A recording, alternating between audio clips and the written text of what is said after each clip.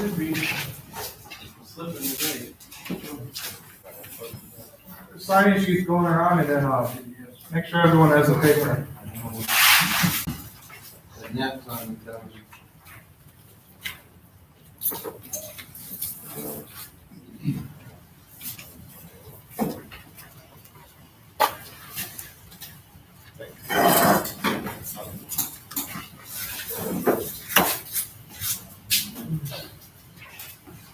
Today we're gonna talk about chances, opportunities, and commitment.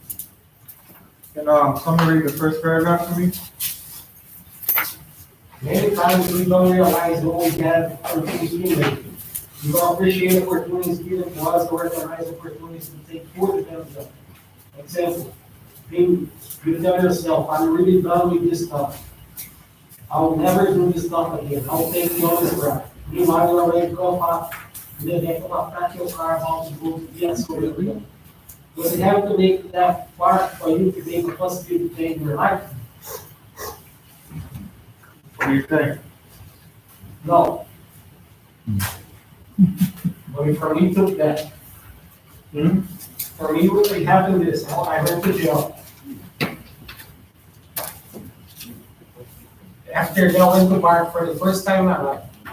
When was that? This was like 5 years ago. How long were you using before you went into treatment? Many years. Many years. I started with pot when I was like 16. Great. Cocaine, heroin, and ecstasy in my early 20s, and heroin in my 20s. What do you say? Thank God for you.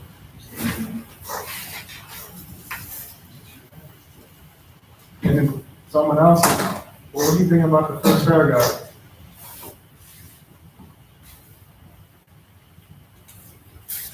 Jim? What? First paragraph, what do you think about it? Actually, I was in the process of doing what I'm doing now before I got arrested. So me being arrested had nothing to do with my plans as far as the treatment, and everything that we talked about. The arrest had nothing to do with that.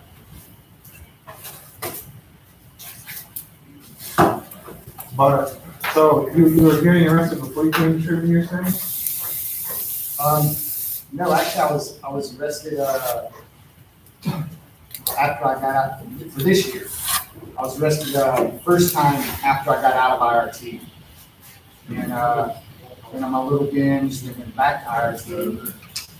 And then, left 2 weeks early, and that's when I started going here. So the arrest had nothing to do with it.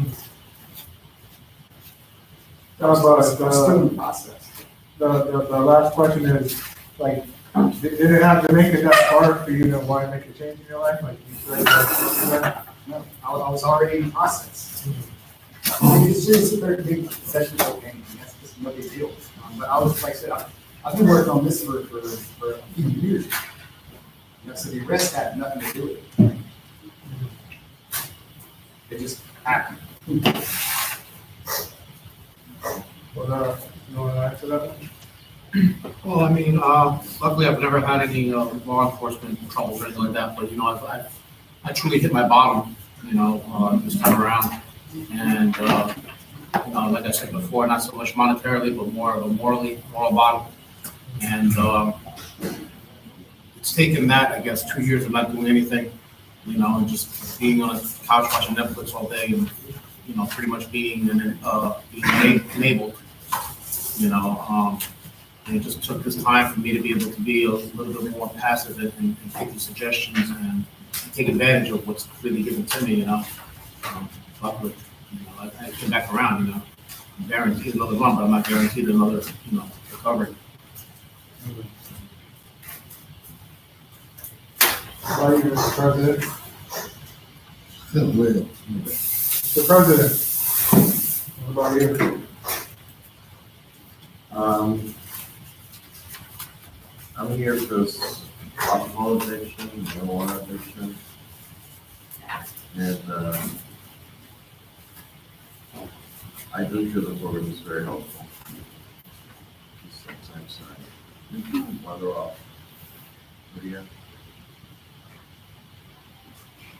I don't think I'll ever go back to alcohol again. And marijuana, don't want to. And answer number one for this group. I'm in this program to help myself learn, keep myself away from the things I used to do before, relearning structure. Get my mindset right, become chemically stable in my brain, and learning a lot from the program itself. And what else?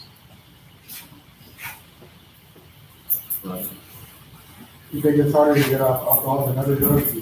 I think it's a lot harder to get off alcohol. Marijuana was easy.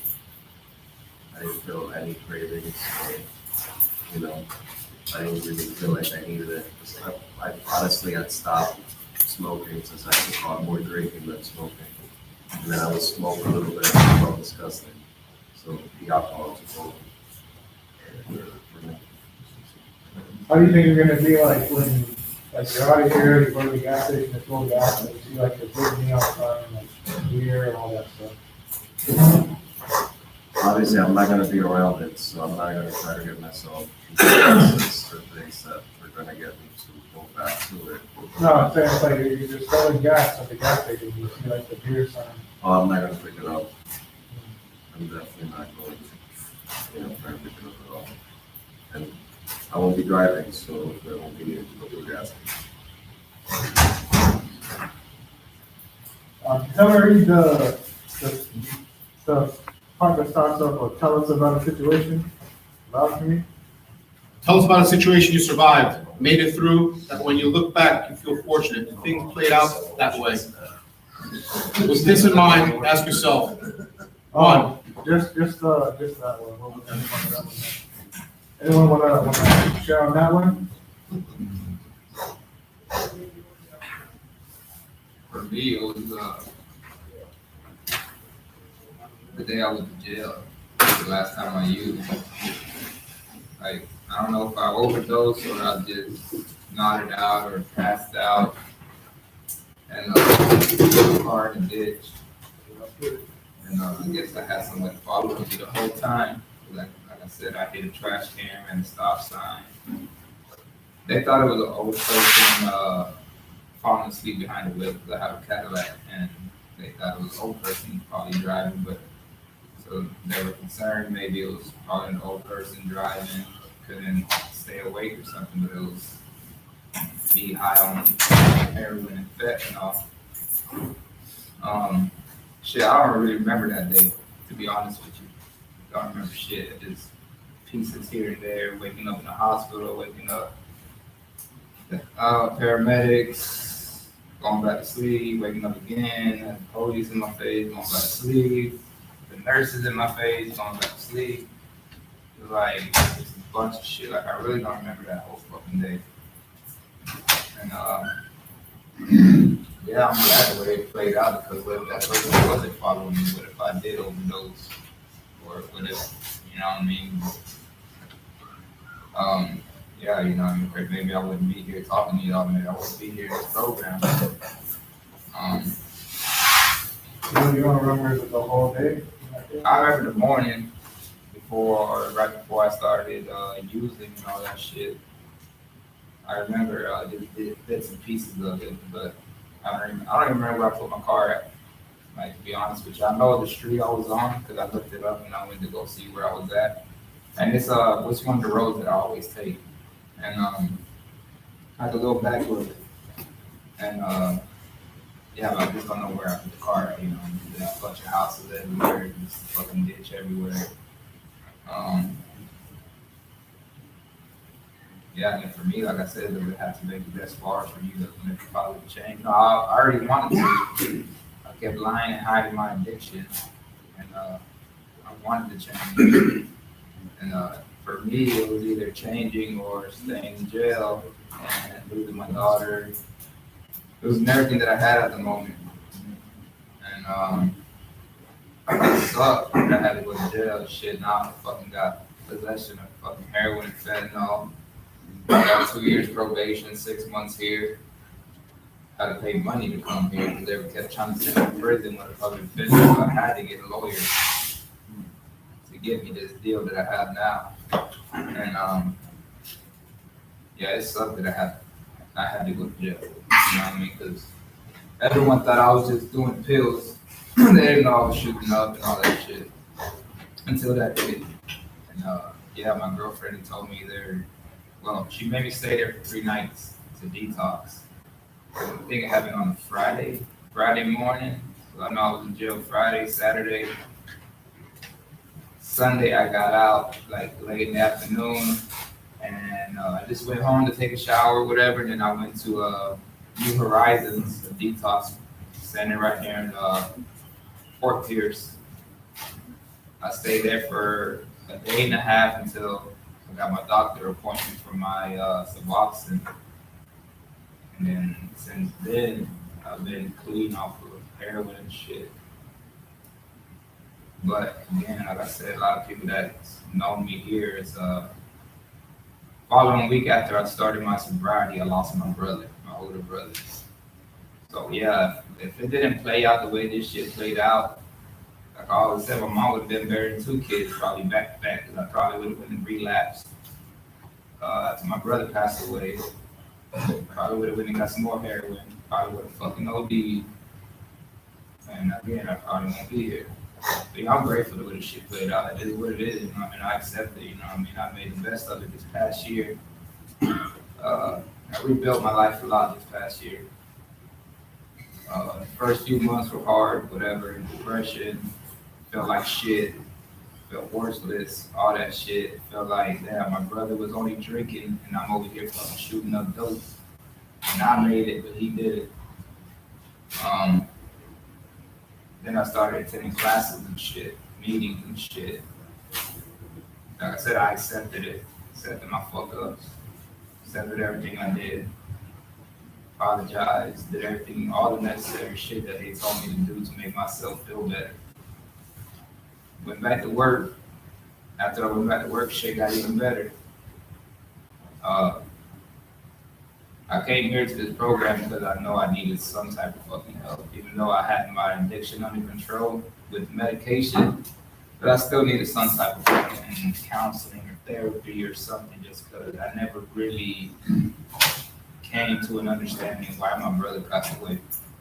But since being here, past month and a half, like yeah, this shit helped me. I ain't even gonna lie, it helped me a lot the past couple weeks, past months or whatever. And yeah, man, it ain't easy, but just don't give up. You know what I mean? Shit.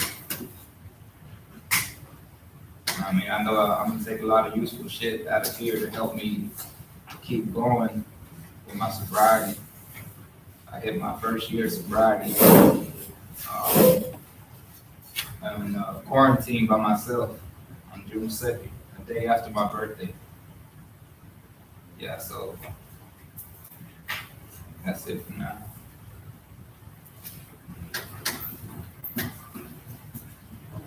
A lot of different past years too. Yeah. I have a lot of shit going on there. Like, I mean, a lot of shit happened before I came here. I was trying to come, I asked for a treatment. I wasn't trying to go back to prison. I would have been my 3rd time. And yeah, you know what I mean? So whatever it took, I had to pay a few $1,000s to get here. And trying to make the best of it. It's been going good so far. Some people might see me as an asshole, shit like that, but I have to work on myself. And it is what it is, man. Once y'all get to know me, I'll understand why the fuck I'm like this. I mean, I'm not even an asshole, you know what I mean? I just act like one because I have to. I can't let somebody fuck up what I got going. And that's what I'm beat. I get the hell out of here. Yeah. Okay, what question you on? Jim, about the question, tell us about it. Tell us about the situation. But I'm not accustomed, you know what I'm saying? The circle that I hang out with, I'm not accustomed to staying in jail. I mean, they always gonna come and bomb me out. Regardless of the circumstance, if it's too hot, they're gonna let it go down. I'm saying I'm not accustomed, but in this incident, the judge kind of got pissed off with me. Yeah, she got pissed off with me. She got pissed off with me because I got out, but I let somebody else handle my responsibility, trying to go to Dr. Brickle for a laser test for my spinal cord. Okay? But she did something else. I'm saying, and the judge got pissed off if she did a no bond on that. And I was like pissed. And I had to sit and wait for fucking 7 fucking months. That shit pissed me off. I mean, and I was really like, damn, you know what I mean? And you keep sending me to fucking court, but you're not giving me a fucking bond. You know what I'm saying? You're telling the poor ass lawyer, you took my damn money, and you can't even get me a fucking bond, man. You know what I'm saying? You violate my constitution. All right, why the fuck I'm paying you for anyway? You know what I'm saying? And I felt that situation was kind of ungrateful, but then it came when they gave me the program, which I should have been here in March. March 17th. I got a court order. I forgot it came here March 17th. Then they said the bed was full. Then I went to Bama. They said they had the pandemic. Then they gave me another court order on April the 20th. And I still didn't get in. I didn't get in the damn June. So, I'm kind of like grateful, because on the aspect that mentally, not physically, I was using. I mean, I was selling drugs to, and on the mentally aspect. I'm saying, now I really wanted to change. I mean, because in reality, I know that I'm wrong.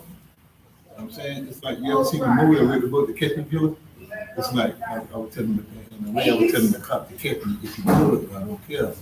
Because by the time your poor ass get off your ship, I'll be back on the street. I mean, and I'm always saying stuff like that. And so, they had me record on arrest me, they had me record saying that, okay, man, fuck that shit. Okay, y'all wasting my time. Go on, take me to jail, but come in, get off your ship and be on the street. You know what I'm saying? I got a bond and lawyer on that. So I think she kind of like really, I think it was the state too. They kind of really like this guy here, he really don't care nothing about the law. You know what I'm saying? So I think they had to make a point. I guess. But since I've been grateful. I mean, it's something I understand like people. I'm always above the people. I understand like I can't get a people. I get you this paper.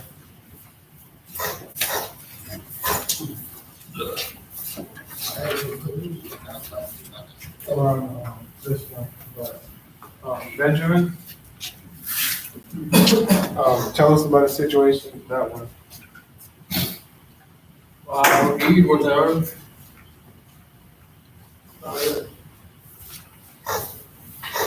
Well, what happened? Did you already in your house or?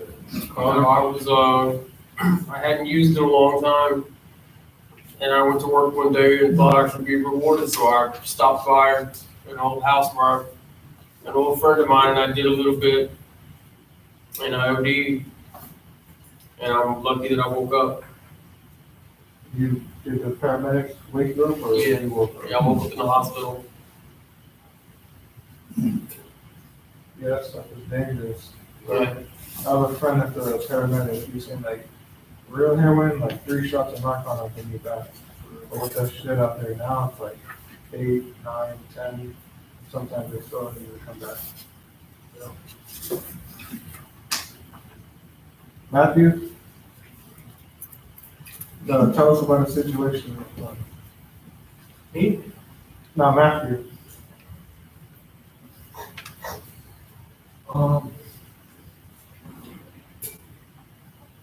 Never had any near-death experiences. It doesn't have to be near death. It could be, anything. Anything that you look back and you're like, oh, I'm glad it turned out that way. Not really sure. Jeremy? What? Me or him? No, you. Me? Yeah. What's the question? Tell us about a situation you survived / made it through, that when you look back, you feel fortunate the way things turned out. I don't really have, but even when I guess when I OD'd, I woke up on my buddy's floor with fentanyl. I didn't know it. So I could have died, you know. Luckily, I made it through. Like the paramedics brought you back for that? Yeah, my buddy kept me alive all night, kept me breathing. So, yeah, that'd be it. Emmanuel? Tell us about a situation that you survived / made it through, that when you look back, you're fortunate the way it turned out. Over to, What happened? Like, what, were you at home? Something like that? no, I was on like a deep fender and, I got some new shit and it was pure fentanyl and the guy got it from me, something. Blacked out and woke up in the hospital. Nothing like waking up with a catheter stuck in your dick. Do you remember, like, did they say, like, were you overdosed? Like, for the paramedics to find you? Oh, I overdosed part of my life. Did she use as well? No, Did you try to hide it from her at some point, or she didn't really do it? Yeah. yeah, I hit it from. But she knew it, you know. I did my best out of it. What about, you? I'm sorry, I'm not Me? Yeah.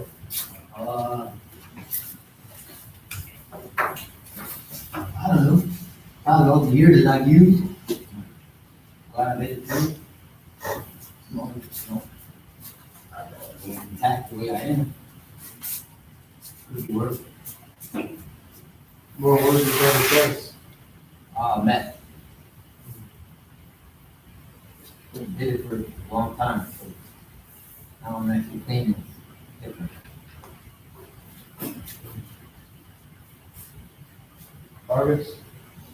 So, 2016, when I hit a car my motor on the corner, I almost killed myself. Got in the accident, been out for 8 months. My mind, I told myself, I'm not gonna make it this job, but I proved to it. I never talk about it. That was my good step in my life, accident. I think about it today.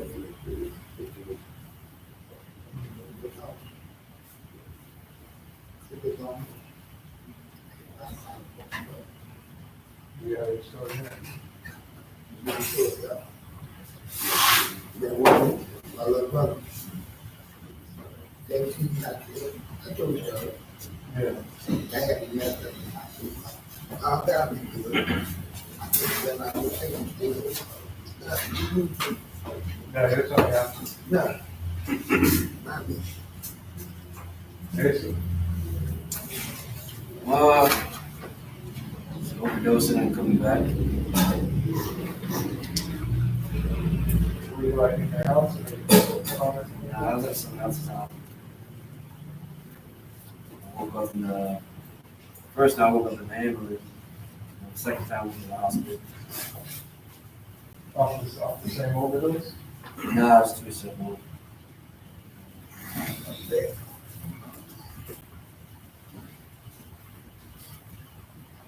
We're gonna move to number 1.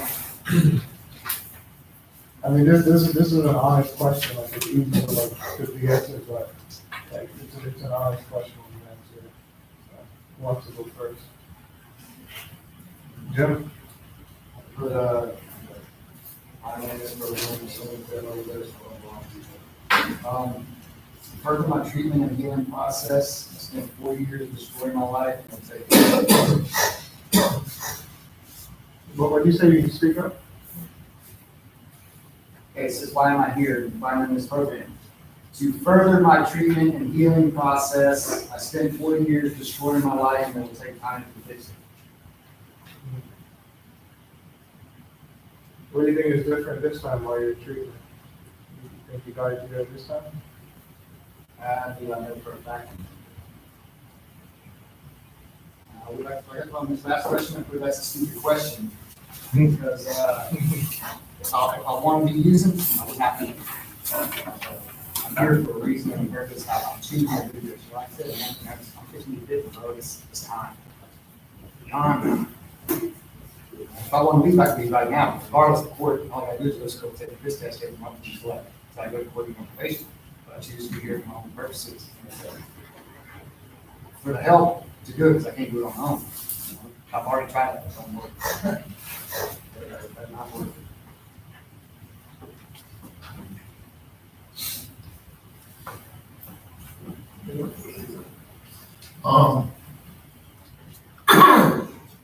I'm in this program because I chose to be, because after 15 years of my family telling me I had an addiction, I finally caved and I agreed with them that I do have an addiction and that I do need some help. And, I had the choice to come here. I got to choose how long I get to come here for. And I'm going to do what I can to make myself better. And since I've been in this program, I can honestly say the classes that I attended, I at least get one good thing out of every class I've attended. And that's real important to me because I'm not here for anybody but myself. And I'm the only person that I care about right now. Even though I've got a great family and I love them to death, and they love me to death, I just care about myself right now because there's no way I'm gonna have a better life if I'm not better inside myself about doing the right thing and making the right decisions. And I'm just gonna be consistent at what I'm doing right now and be aggressive at what I'm doing. And I'm gonna finish the program. And when I finish the program, thanks to those two ladies I talked to on the TV the other day, I know I've got some backup when I get released. And that's real important to me because I don't care who you are or what you're doing, you gotta have some sort of backup. And that was just nice talking to I can't remember the name of the place. Florida Wellness. The Wellness, yes, that's it. But that just made me feel really good that when I get released, I'm gonna have somebody that I can go to and a place to go for meetings and somebody to turn to in case I need to talk to somebody or somebody I can turn to in case I'm having a situation and I need a little bit of backup. I got their name, I got their address, I got everything. And I was very, very appreciative of that. Thank you. Like you said, you're using for like, you're from, you're saying you had a problem for 15 years? Probably longer than that. Did your drinking just keep getting progressive and progressive within the 15 years? It just kept getting worse. I mean, like before I got locked up, an average day for me would be like 2.5 gallons of liquor. That's an average day for me. That was just average. I woke up doing shots of vodka. I drank all day long. No, the only time I never ever drank because I know it wasn't right was when I was working. I never ever drank when I worked. And that's why I was so successful with my job. And, thank God I was able not to do that. But I was also on the flip side, I was smart enough not to drink on the job because I didn't want it to affect me. I didn't want the people to know I was a fucking alcoholic. And, but that's the only positive thing I can say that I never drank when I was working, ever. And, but I damn sure drank before I went to work. I damn sure drank after I got off work. You can be assured of that, but it It just progressively got worse. And the bad thing about it was, there was no reason for it to get worse. I had a great job making a ton of money. I always have had money to begin with anyway. But I've always made money. I've always had money. I didn't have any worries in my life. Everybody in my family was healthy. I didn't have any issues. I just drank because it was there. And that's why I drank. And that's ridiculous. I drank because it was there. That's the only reason I had it. I drank because it was there. And I've never ever in my life ever been, this is the first time I've ever been in any kind of type of treatment ever in my life. But I've had my family on my ass for 15 years about it. You can be assured of that. But you know, it's just nice, even though that I'm in treatment, it's nice that they're appreciative that I'm doing the right thing finally. And I've gone in discussions with my mom, with my sister, and I have actually apologized to my mother. I told her, I said straight up, Mom, I'm sorry I didn't listen to you 15 years ago. I should have listened to you. I should have listened, but I didn't. I apologize to you for that. And you know, they're just tickled to death that I'm finally doing the right thing. And they're 100% supportive of me of what I'm doing in the direction that I'm going. And I'm very, very appreciative of that. When did you realize you had a problem? About 10 months ago. So like, let's say like 2 years ago, what was a normal day like for you? Like 2 years ago and then up to the 10 months? Wake up in the morning, drink some vodka. If I wasn't working, then I'd just go to the beach for the day with a book and sit there and drink vodka and read all day. And that's all I would do. And I would drink morning, noon, and night, right up until I went to bed. And that's the first thing I would do in the morning. Before I even brush my damn teeth, I would drink a shot of vodka, just to wake up. You know, just to get my mind right. Because I was in such a daze about everything else in life. I didn't care about nothing else but drinking. And I don't know how in the hell I let that shit overrule me like that. But somehow I did. Somehow they got a hold of my ass.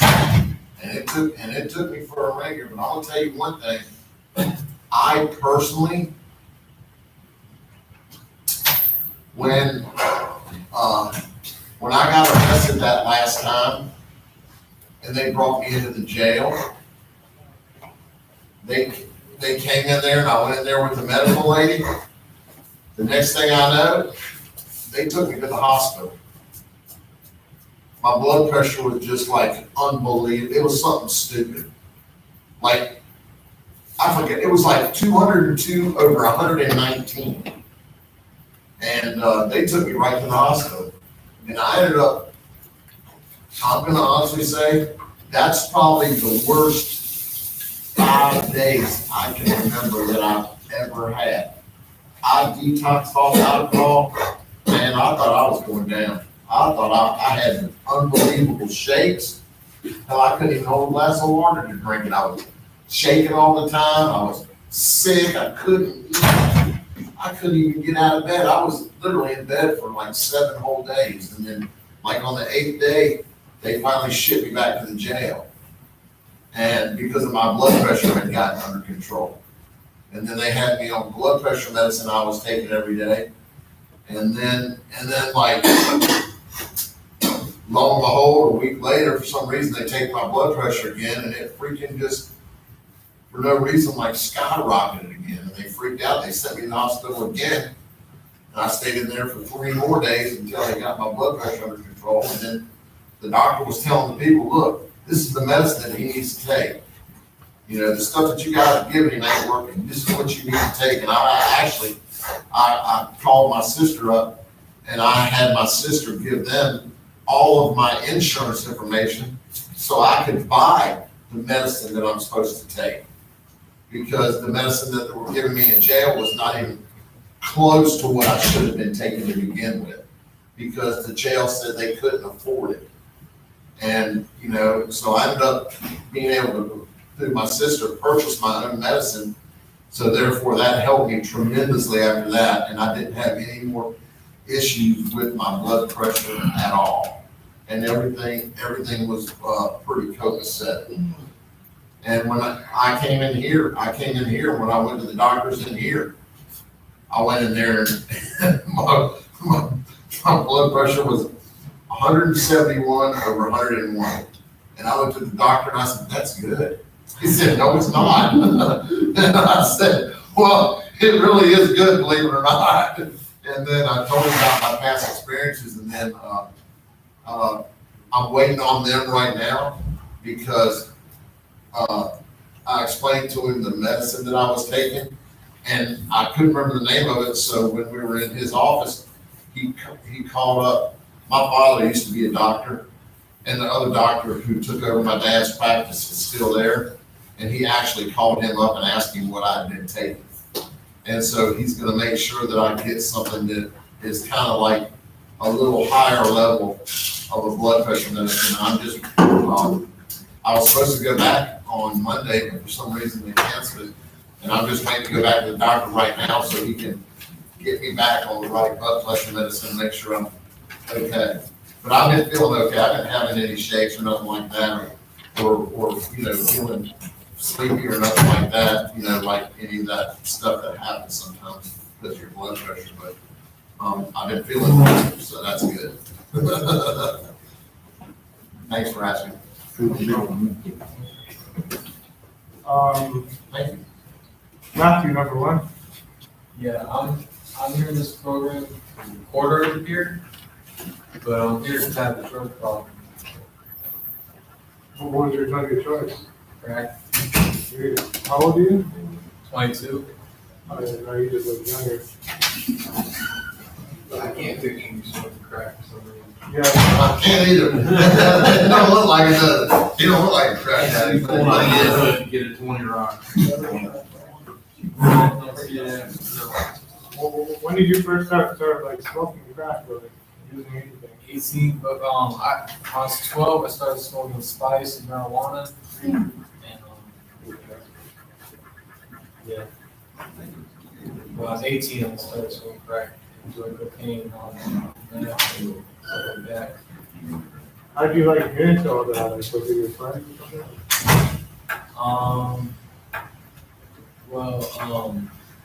When I was 17, I was in foster care, and my foster brother introduced me to meth. And then when I was 18, someone introduced me to crack. And yeah.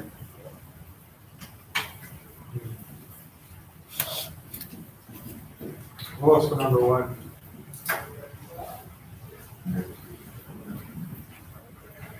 Did you answer this already, Mr. President? You can call me Miguel. Miguel? Yeah, he's nowhere near a brother. I answered that question already. Earlier. What about, you, Black Sheriff? What's the question? Number one. Why am I in this program?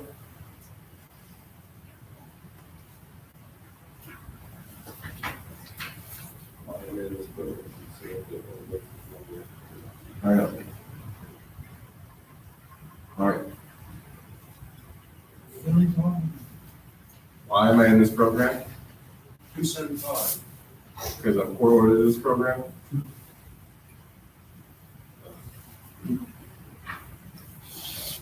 Did you come out here to work on anything? Or did you? Yeah, I came here to work on my drug and alcohol patients.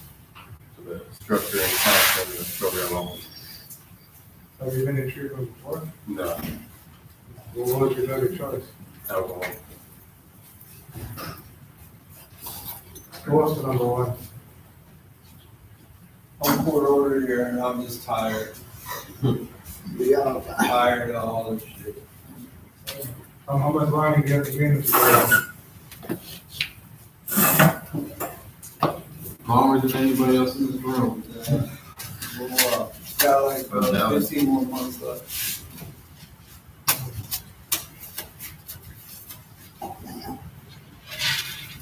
You know, make the best of it, I guess. I don't know. But have you learned anything so far, or just floating by? Yeah. Learn not to come back to it.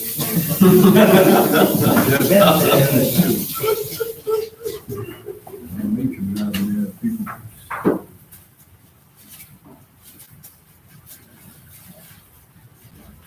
No, I haven't been straight for so long.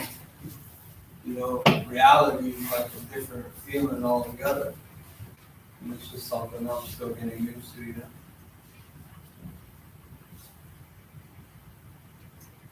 But it's doable. Is this better than prison? Absolutely.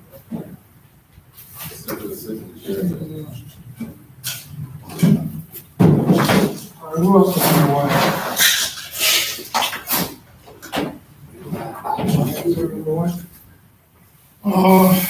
Sure. I mean, I've been in programs like this many a times.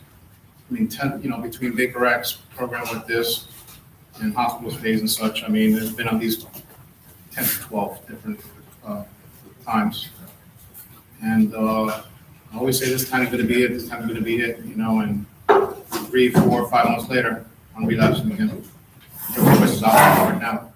But I've been addicted to everything since a kid. You know, when I was a kid, it was food, and then turned to alcohol, drugs, and again, gambling.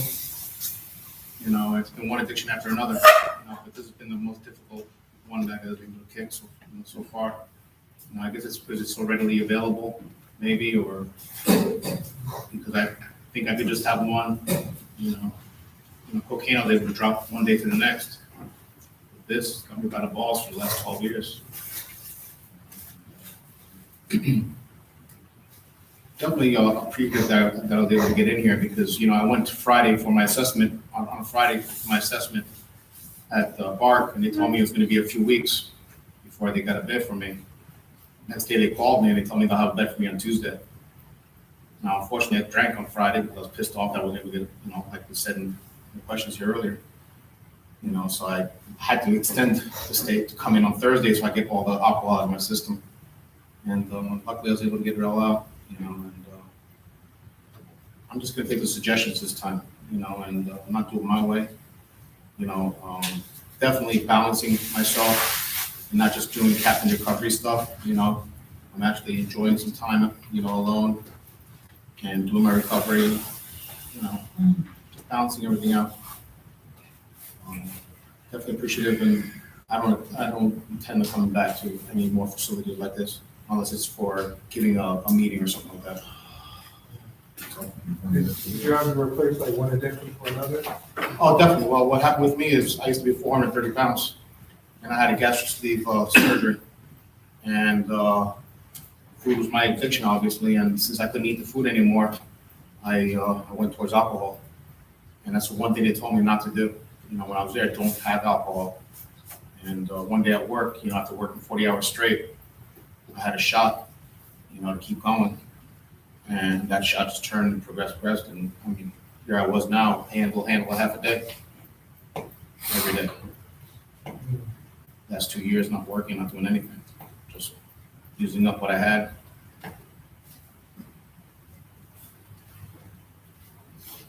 Yeah, I heard, yeah, because even with the gastric sleeve, like you get more messed up after. Huh? Oh, yeah, I mean, my stomach was the size of a banana once they finished. You know. Now it's extended, it's a little bit larger, but still, I mean, luckily I haven't had any medical problems, you know, diabetes or liver enzymes, everything's perfect for some reason. I don't know how to help. I'm grateful for that.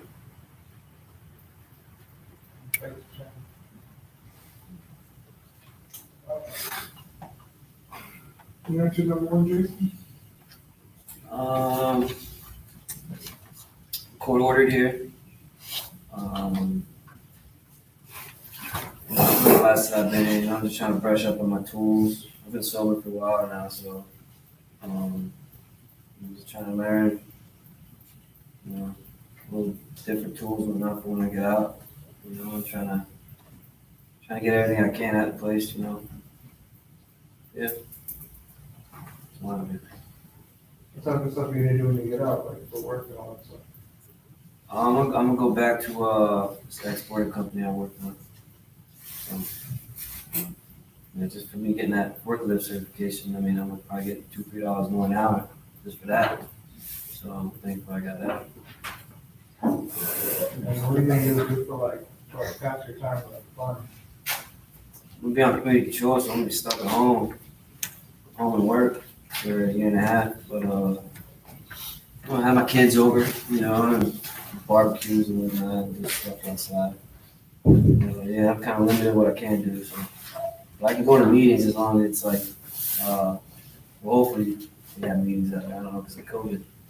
But, that's one of the ways I can get out of the house. So. What's the name of the buses? I've heard from you. Can you answer number one, please? Why I'm in this program? You want to answer that? Yeah. I'm in this program to get my life together. Because you know what I'm saying, I've had anger issues.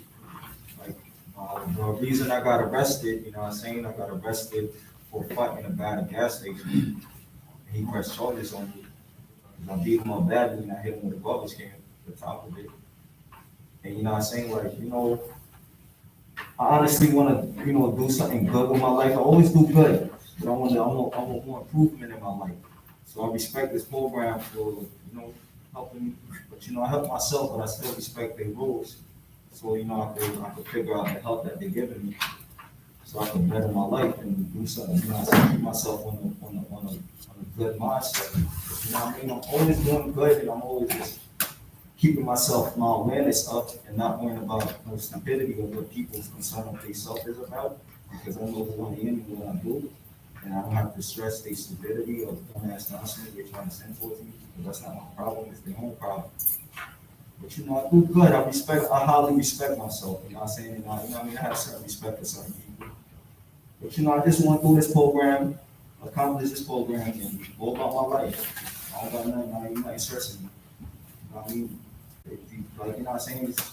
Certain people here, you know what I'm saying, they think that, you know what I mean, I'm a type of person, I'm rude, and you know what I'm saying, and all that, they don't really respect me. I don't need that respect. I don't really need nothing from them. I got family, you know what I'm saying, I got friends. I don't need that respect, because you know what I mean, they phony. They just think that they have something going for them. It's nothing. It's just a bunch of stupidity. So I just keep to myself, and I take care of my responsibilities. And I don't gotta worry about none of the stress that they trying to send towards me, because they don't problem, not mine. You know, it's about it.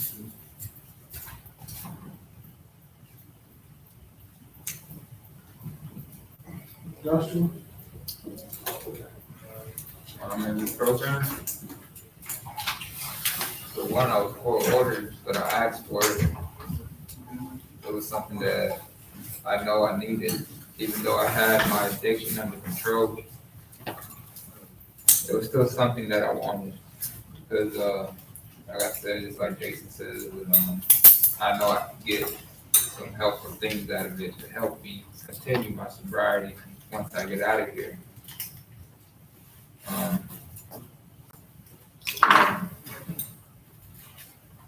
Yeah, I just been doing the program, man, the right way. Like, I'm just exactly like Alex says, I don't worry about nobody else's bullshit but myself, and keep it going. Best way I can, positive minded.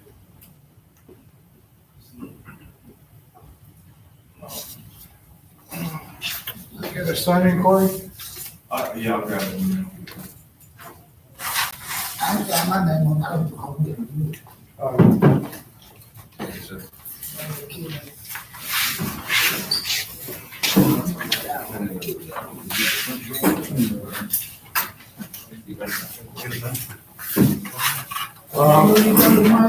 Let's have 2 more people go and then we'll wrap up.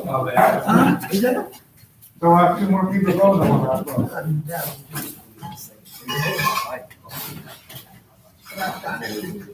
Corey, you want to answer number 1?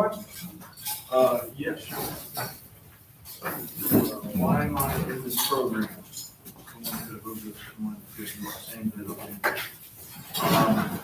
Well, I'm in this program because I need it. Excuse me.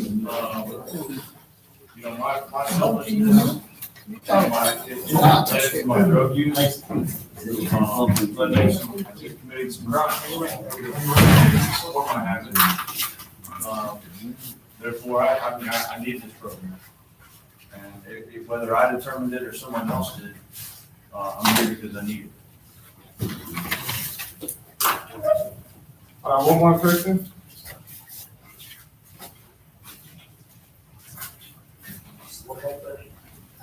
You wanna answer that?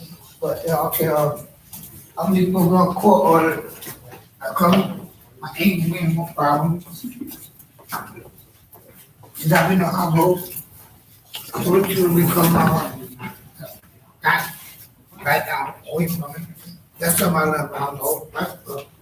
But I guess, I do all y'all come in here, man. All y'all doing a good job. Keep that up, man. Keep that attitude, like, don't stop me, y'all get out of here, man. Keep what you learn. Don't just let one thing out of her, man. Get something out of her, man. I know, man. Yeah, that's for me, mine don't matter, man. You got your mind on your marriage is your habit. Yeah, so, yeah, your mind. Slow it down, or you can stop it. You should work on it, so that. Don't let the marriage take it over your mind. Before you have. Yeah. Might so that, man, I just want to say that to y'all.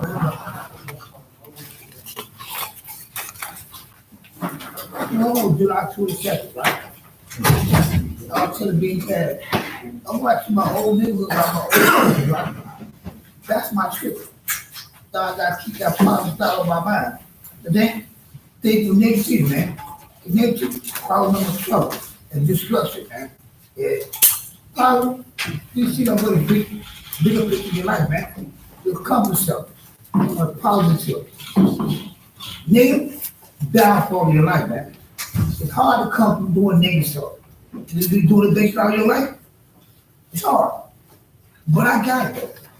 I'm tired of coming back to program, move on, kind of get upgraded. I've been saying 50 years old.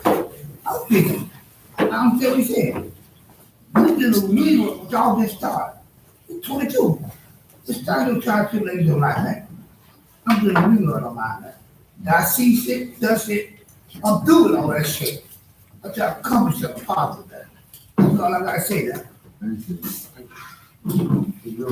did good? Yeah, good. I good.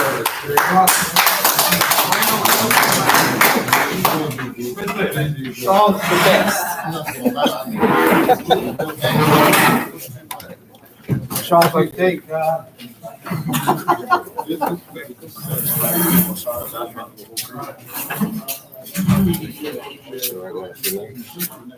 Check my email real quick. I just want to see if my girl's shirt. Okay, you gonna go right now? Get it out the way. Yeah. You gonna go right now? Or we just go? No, I was just gonna check.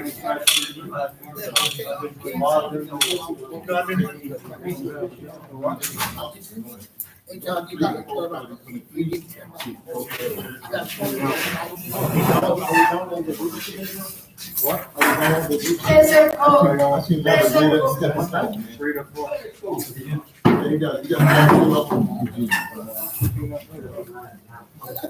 you gonna put down on the Super Mario Bros. Too, bud. What do you say? You gonna put down on the Super Mario. I know, right? You're gonna make you go blind. Yeah, you ain't lying.